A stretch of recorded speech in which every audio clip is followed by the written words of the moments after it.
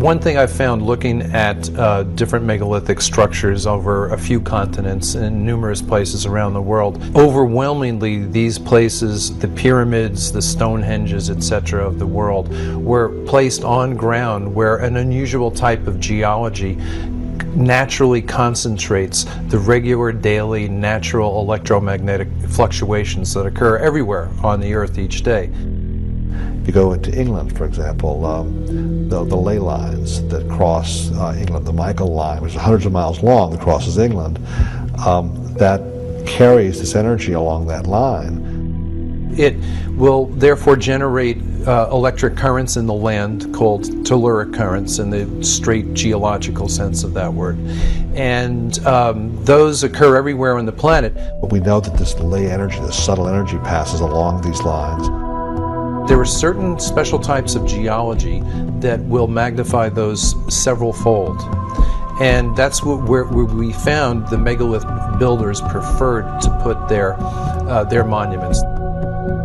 And typically where lines cross, where you get more than one line intersecting, temples were often built.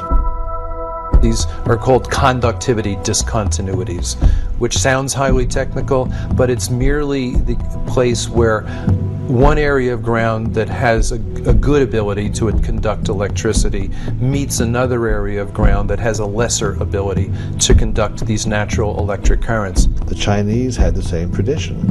They call them dragon lines. It was illegal for a commoner to be buried on such a line.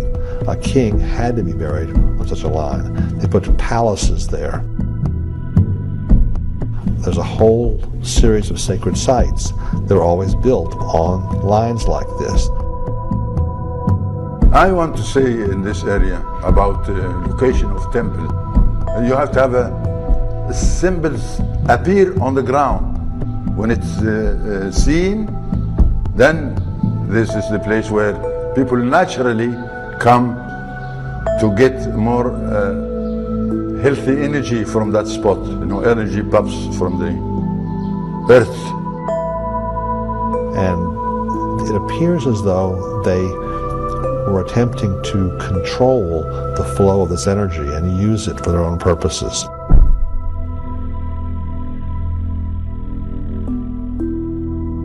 The key hours, unfortunately, are the pre-dawn hours. If you really want to study this, you've got to get up at 3 and get out there very fast. That's because the energy that is involved in these sites, that's really fueling most of it, originates with the daily changes in the Earth's geomagnetic field. It's strongest during the day, weakest at night. And in the hours leading up to dawn, the weaker field lines now come roaring back to closer to full strength very quick. It's the most dramatic time in terms of change of magnetic strength per hour. It's the most dramatic time of the day. And wherever you have a changing magnetic field occurring, you are generating electric current in anything present that will conduct electricity. It's a simple principle of physics known as induction, and it's a universal. Normally, in everyday life, we don't ever see large concentrations of this energy. Normally, it'll show up at, say, at mountaintops, at sacred sites. You'll feel a certain calm, a certain peace. Sometimes people in those places report mystical experiences. They'll see into some other dimension. Okay, they'll see into some other time. The Chinese have known about this for a long time, and they call it qi. The Hindus, in their ancient texts, call it prana, and the yogis, that maintain a very ancient tradition, use it. It affects a variety of different processes. Electricity, magnetism has a strong effect on that, so it modifies all the other laws of physics. When you look back on how sacred sites were chosen and buildings like the pyramids were constructed, the suspicion arises that they understood quite a bit more about this stuff than we do, and they may have been using it in their engineering. Then the megalith builders designed these structures and then built them in such a way as to further concentrate those energies. So they definitely seem to have known what they were doing. We are not used to things built out of stone being high technology. It is clear that several different kinds of stone from a variety of sources were used to construct Egyptian monuments.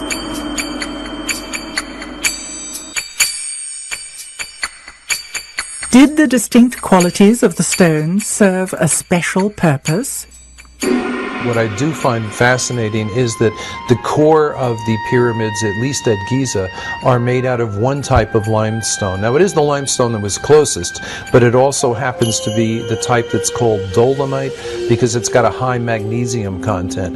And because of that metal content, that kind of limestone conducts electricity pretty well.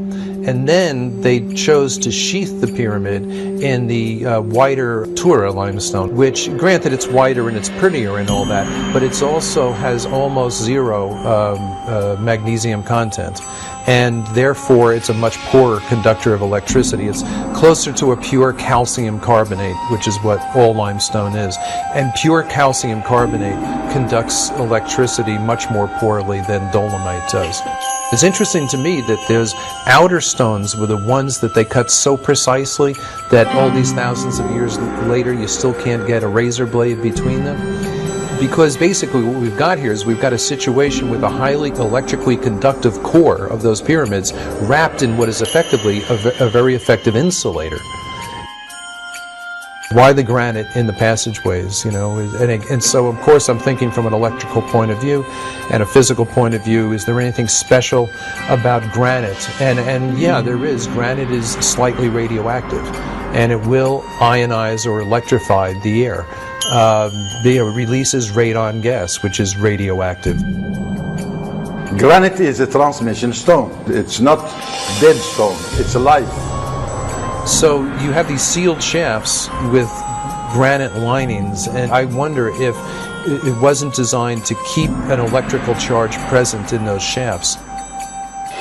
They were built exactly like, if you will, an insulated wire, only more so because you've got all the charge in the ground that's spread across the base, concentrated all the way up into this tiny spot at the top.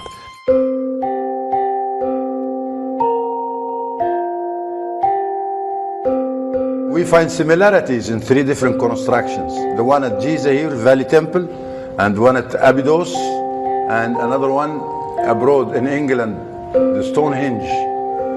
The same material being constructed with, and same way and same technique.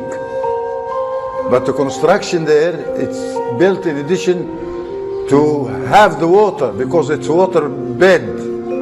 It's a huge water bed and it's still working, still producing water. In Egypt, you do have a similar situation to England in that you have limestone aquifers under the monuments. An aquifer is an underground layer of porous, water-bearing rock. Water flows through the aquifers as rainfall, or when rivers and lakes flood, the water drains into them. And movement of water through limestone or chalk aquifers is known to produce electrical charge by two different processes that are self-reinforcing. And I've personally measured this for a week at a stretch at Silbury Hill in England, for example. Right before and after thunderstorms, as the water is sinking into the ground, we measured the increase in ground current, the change in the magnetic field as that happened, etc. And in Egypt, you had the Nile crashing, dropping every year and then flooding again. And that movement of water up and down through the layers of limestone would generate electrical charge. Flowing water generates at least a mild electrical charge, which means it generates an electric current, which means it generates a magnetic field as well. So if you were looking to give an electrical charge, a little boost to, say, a mound or something like that, it makes a lot of sense to have it at a minimum running water. And in fact, at Tiwanaku on the south shore of Lake Titicaca, their biggest monument, the Akapana Pyramid, was terraced in such a way as to have the water come down in waterfalls that alternated outside the pyramid, inside the pyramid. But that kind of falling water generates enough electric charge that one of the common school physics experiments is you can, in your own sink at home, if you can divide the stream of water coming out of your faucet into two separate streams, you can take a little LED indicator light and put it between the streams, and it'll generate enough electricity that maybe every 20 seconds or so the light bulb will come on. And then the question is, did some of those layers of limestone run up the Giza plateau? And they did. And they did, come up to the surface underneath where some of the pyramids are located. The idea would be that it would be the rising and falling of the Nile that would produce this electric ground current by moving through the different layers of the limestone aquifer. And when there was a dip, say, in that supply, maybe that's when the ionized air in the granite shafts and galleries could help keep the process going, if you will. I tend to wonder if the electrified shafts might not have been able to act in a similar fashion to your car battery when you come to a stoplight. Normally, your battery is not being used when you're driving your car. The alternator provides all the juice. But when you stop and that alternator is turning very weakly, that's when you want the battery there to keep everything going so your engine doesn't cut out.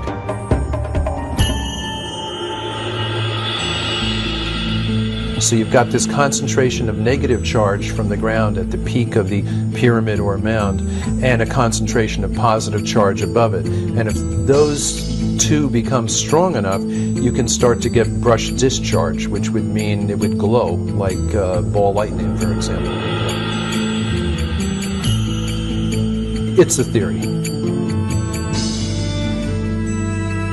Why in the Great Pyramid is there no frescoes, there's nothing, no decorations at all?